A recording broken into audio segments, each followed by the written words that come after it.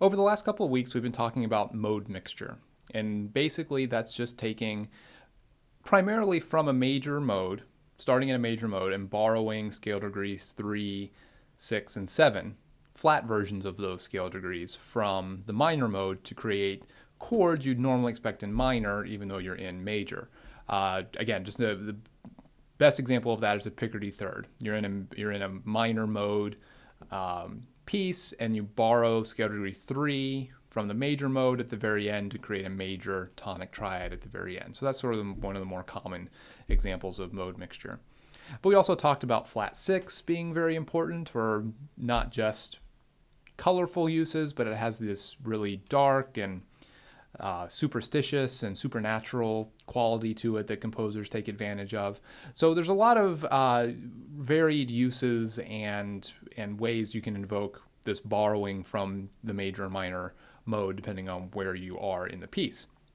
But what happens if you get a chord that's chromatic, so it doesn't exist in the mode that you're in, but it also doesn't exist in the parallel mode. It doesn't exist in that major or minor parallel mode either.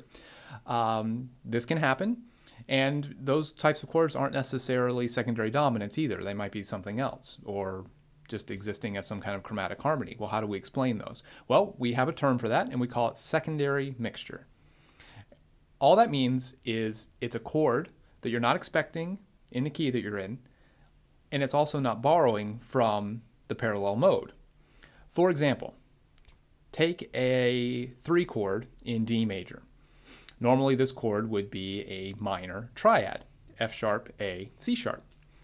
If we were going to invoke just regular, plain old mixture into this and create a flat 3 chord, so borrowing scale degrees flat 3 and flat 7 from this, we could create an F major triad, which is something we'd expect in D minor. But what if we didn't do that?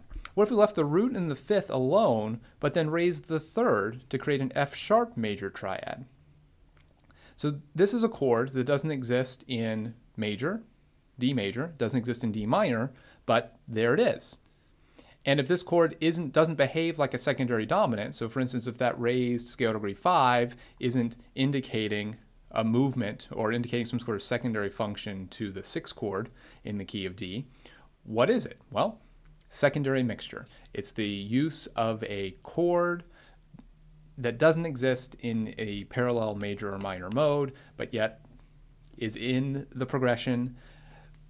Luckily, the rules stay exactly the same. The chord will still function the same way. This is still going to have a very weak tonic, substitution, or a weak predominant function, but it'll be sort of colored differently.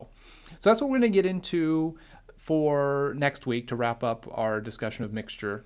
But for Friday, what I do want you to do is come to class with a list of as many secondary mixture chords as you can. So I've already given you one, and that's the major 3 chord in a major key, but not built on flat 3, built on that normal, regular scale degree 3, built on Mi in a major key. So come up with a list of as many of these types of chords as you can. The goal here is we're not borrowing from a parallel mode, so these have to be chords that exist outside of the keys that we're in currently. So try that for Friday. We'll discuss it more then, and I'll see you in class.